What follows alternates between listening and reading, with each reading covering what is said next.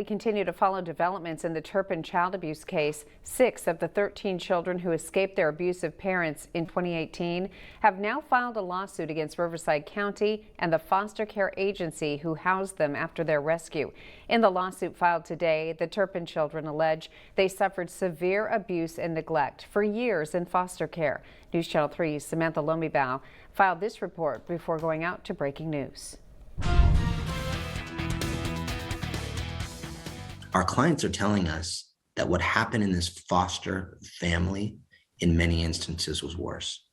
After thorough independent investigations, attorneys representing the 6 Turpin kids say they suffered abuse for years after being rescued from their house of horrors. They had these incredible acts of bravery to escape from their biological parents, only to go right back into the hands of other people who were also willing to abuse them and mistreat them. And it's just a nightmare for them. They allege the foster care agency, ChildNet, placed the children in a home with foster parents who had, quote, prior history of abusing and neglecting children who had been placed in their care before. They learned while the Turpins were there that there was abuse and neglect. Some employees of ChildNet attempted to get this out.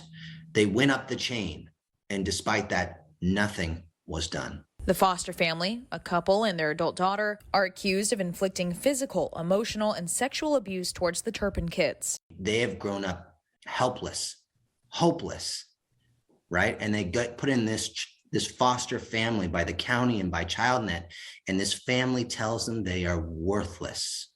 They're nobodies. No one will ever love them, over and over and over again.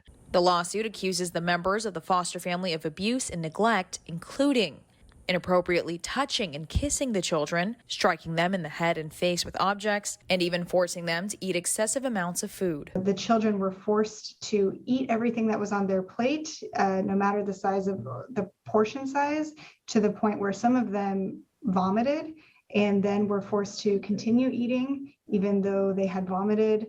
And in some instances forced to consume their own vomit. As for the hundreds of thousands of dollars donated to the Turpins, their attorneys say they're working to make sure the children receive it fairly. We want to protect the resources that they're being given so that the resources can be used on them so that they can better their lives. As for the 4 youngest Turpins, who are still minors, their attorney told me they're doing well in a new foster home and on the road to recovery. No amount of money can make up for what they've been through. No amount of money is worth what they've been through. And I was sitting down with one of my clients and I asked her, I said, what do you want to happen here? She looked at me and she said, I don't want any other kids going through what I went through.